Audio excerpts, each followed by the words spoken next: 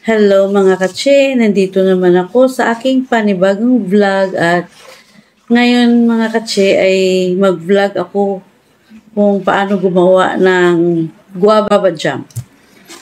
Kasi mga katse, nakita ko to tsaka ang daming bunga ng bayabas ng aking kaibigan. Shout out Ana Marie Borda. At ito mga katse, ang kanya. Actually mga katse, nilaga ko na to yung bayabas na hinog. Tapos, ang gagawin ko lang to, salain ko. Tapos yung sabaw, yung juice, yun ang gagawin kong jelly. Ayan mga katsi. Pula na ang kulay ng bayabas na yan mga katsi. So, ngayon mga katsi ay try kong salain. Kukunin ko yung katas ng ay, ang init pa. Ang katas ng bayabas. Ayan. Tapos, nakita ko lang itong mga katsi sa iba na gumagawa din. Nakita ko to at dinudurog nila dito mga katsi. Kinukuha yung katas ng bayabas. Sana marami yung makuha nating katas para marami yung jam natin.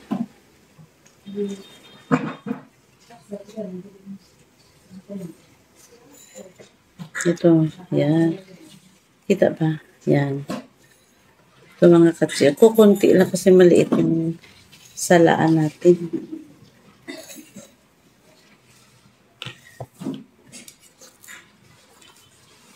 Yan. Tapos, kuha na naman ako dito. Ayan.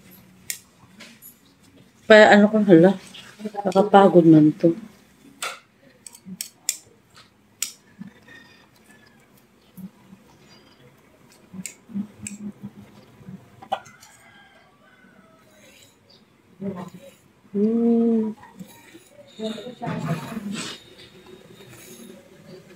Yan.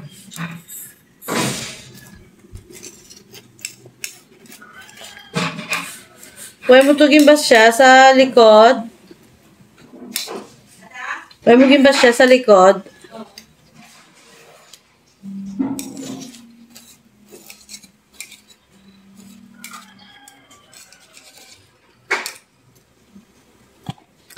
Nakakapagod din pala mga katsi. Aray, mainit pa yung kalaha.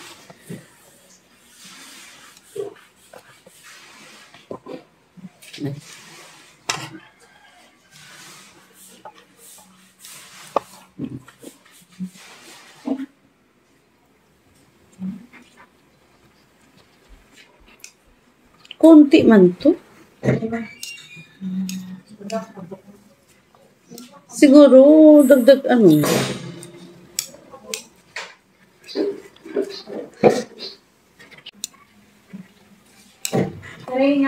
Ang blue, black ngayon na. Sila ko nga pwede pa magamit na ito magluto. Ha?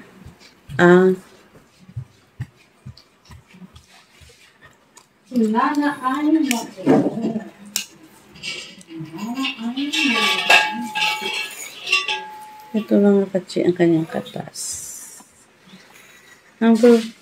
Bakit na? Siguro talagang pinaramihan ko ng tubig.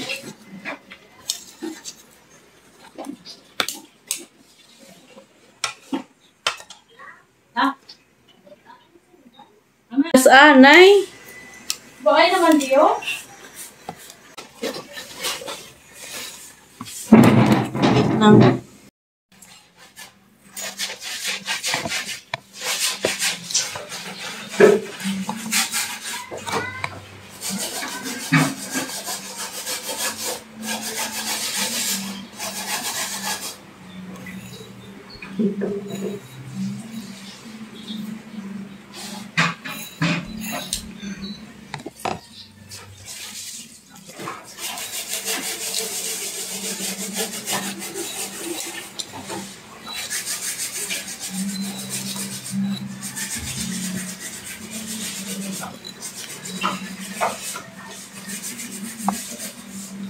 Diyos ko Lord, sobrang konti lang yung sabaw.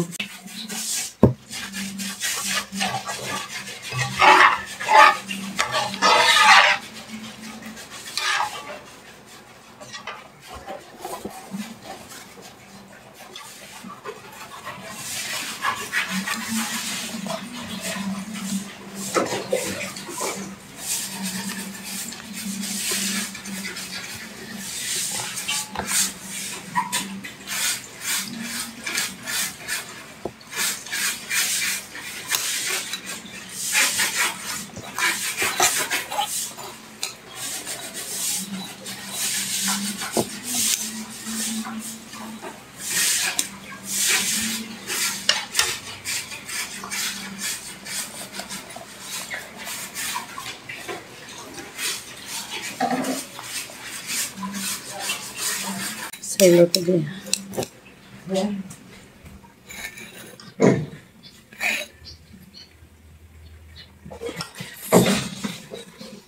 Sobrang, mga katsi, konti lang. Ayan. Dito ko na lang salain.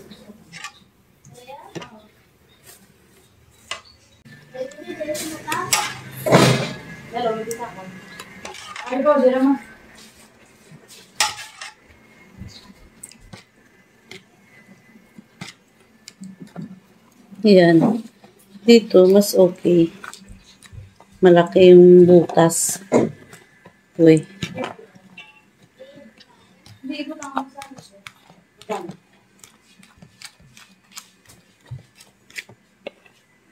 Alam niyo naman ang amoy ng bayabas, mga katsi.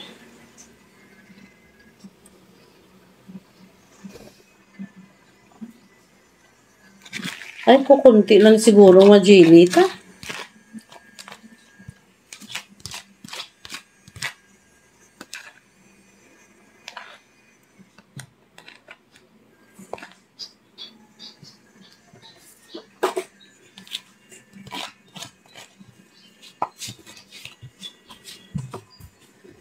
Sinasala to mga katsi para hindi masabay yung balat at saka yung buto niya. Ayan.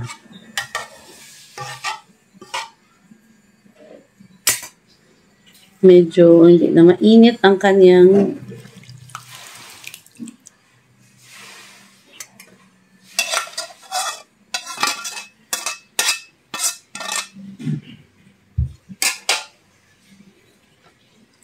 konti lang talaga itong mga katsi.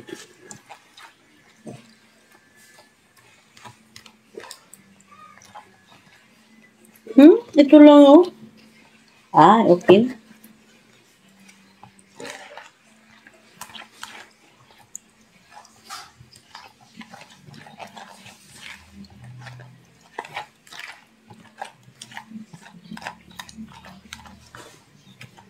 Kasi maraming bunga sa bahay nila. Kaya sabi ko gawin natin guava jam. Parang strawberry jam. Ito guava.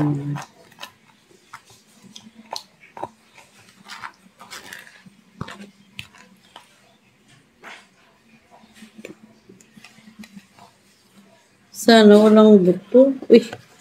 Sabi, baka may buto na lumalabas. Wala.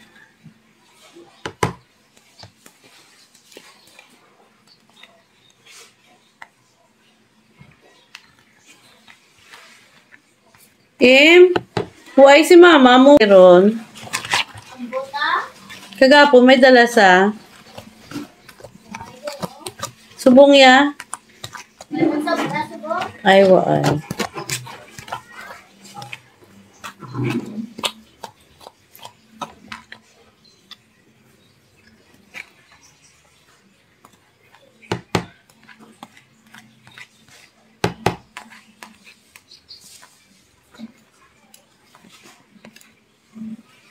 So, ito na lang. Ito na mga katsi, oh.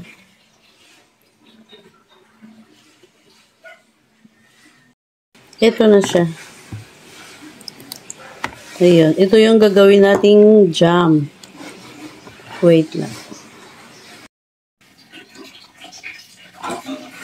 Ayan, mga katsi. Nilagyan ko na po yan ng 1/4 kilo ng asukal, pulang asukal lang mga katsi. Sa tindahan, dito na kami mga katsi bumili. Ano yan, siguro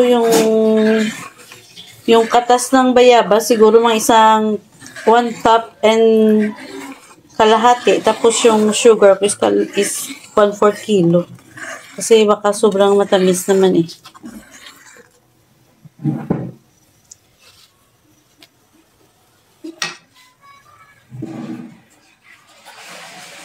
Okay lang tamis siya, imo. Yan, sarap. Hindi pa nga anuin, okay na yung lasa niya. Meron kami ako isang kulang, dyan, wala akong vanilla na available, wala din akong kaya yung available lang dito sa kusina ang nilagay ko mga katsi.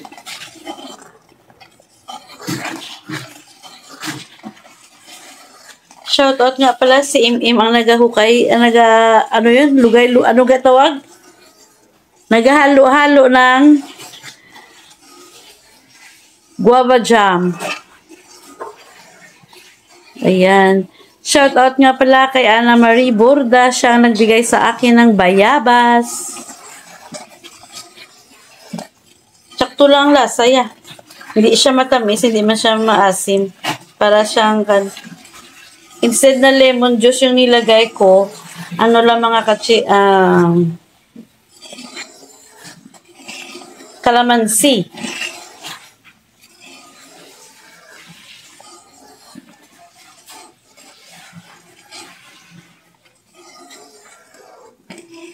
Ako naman, tapoy ka na,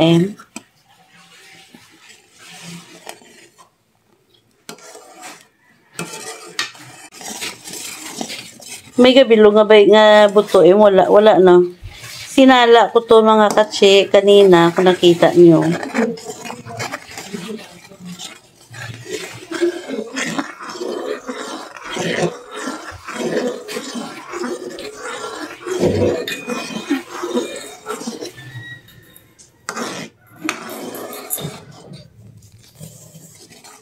Ay, dyan ay. Maingay na karon. Ay, ito dyan naman.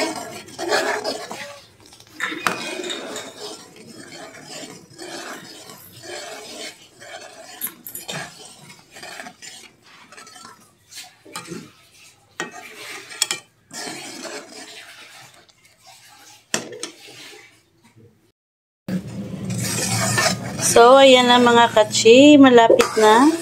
Pero hindi pa pala.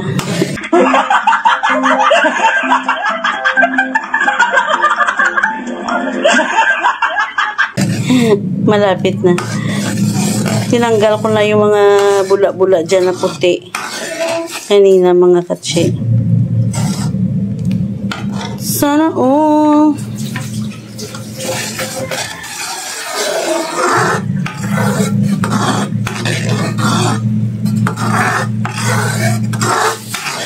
kasi kung hinaan yung apoy mga katsi, hindi siya bubula ng ganyan.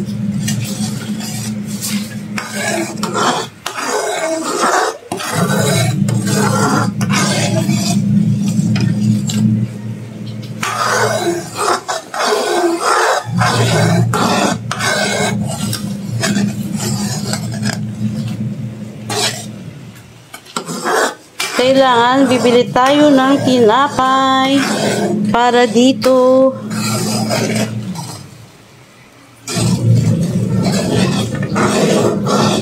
Mga katse, medyo mainit na yung aking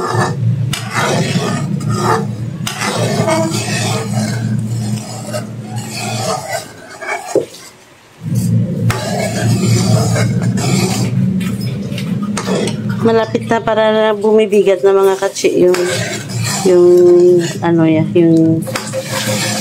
texture niya. Parang palapot na siya ng palapot.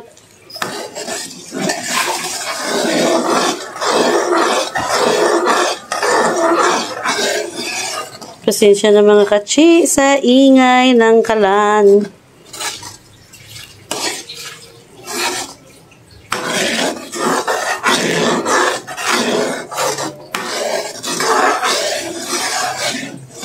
Tulo pawis na naman ako mga katsi.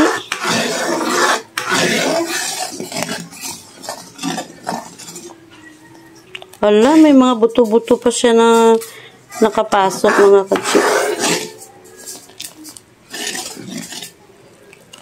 Ano pa?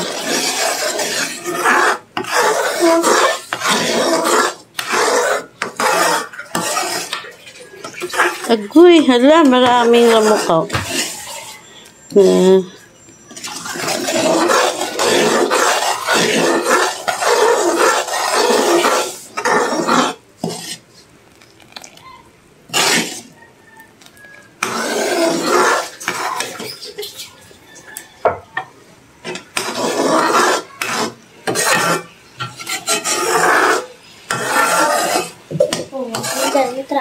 Ay, para yung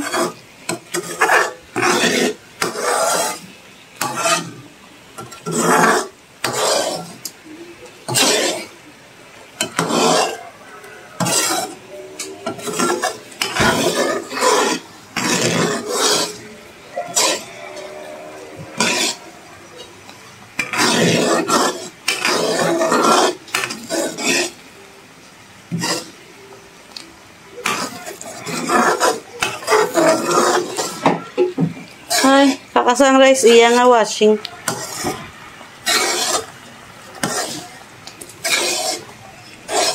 Saksaw na din.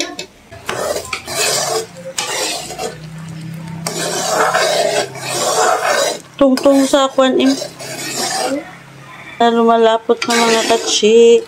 Another 10 minutes siguro mga katsi.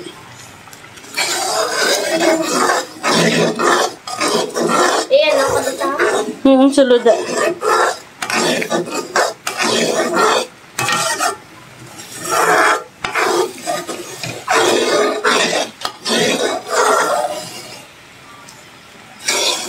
Ayan, ako dito. Kanaog. Mong galapot sa yan. Para nasa sa kutsara yan. Konting ano pa. Another 5 minutes siguro.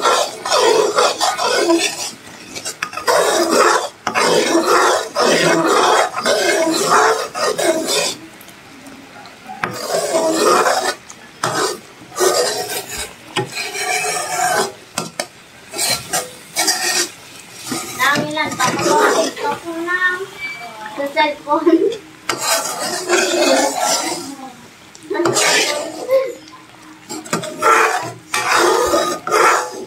Ma-TikTok ka mo doon, ha? Hindi. Ikaw TikTok ka mo doon, eh. Suot ka mo ginto. Doon ako gano'n? Uwe. Ayan na mga katsi. Hininaan ko na yung apoy.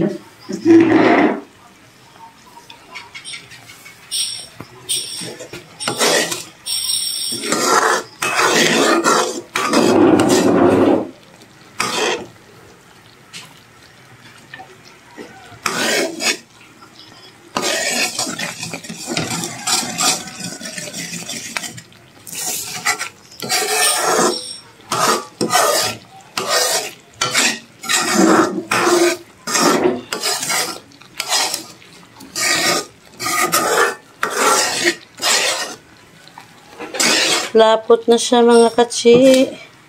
Pero, dagdagan pa natin.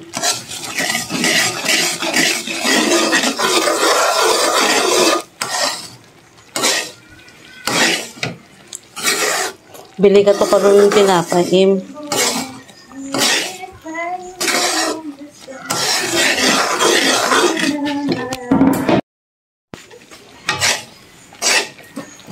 Ayan, mga katsi, malapit na. Kanina, mga katsi, hindi ko na pinakita sa inyo yung pag-prepare ko nito. Yung bayabas na ini-slice ko. Kasi, ano na yun eh, SOP na yun talagang gagawin. Ini-slice ko siya mga katsi, tapos nilagay ko dito sa kalan. Tapos nilagyan ko ng tubig na 2 baso. Tapos pinakuluan ko siya hanggang lumambot yung bayabas. Tapos, kasi nintuan ko to kanina, dahil nag-lunch kami, natuyo yung ano, kaya ang ginawa ko naman, nilagyan ko siya uli ng tubig. Pinakuluan ko siya sandali lang. At ito na yun. Pero kanina, kasi konti, ilagyan ko pa rin doon.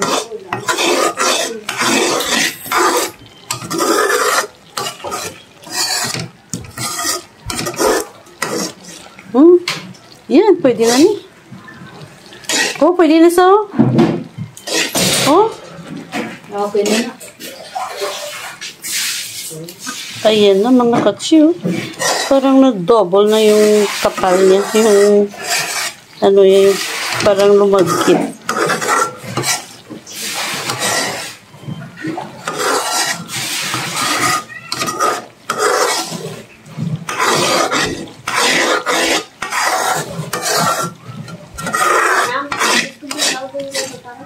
Ayan, mga katsi. All done. Yan. Oh, diba? Oh, lapot na siya. Ngayon, palamigin natin bago ilagay sa lalagyan niya. At bago makalimutan ang lahat, i-off ang gasol.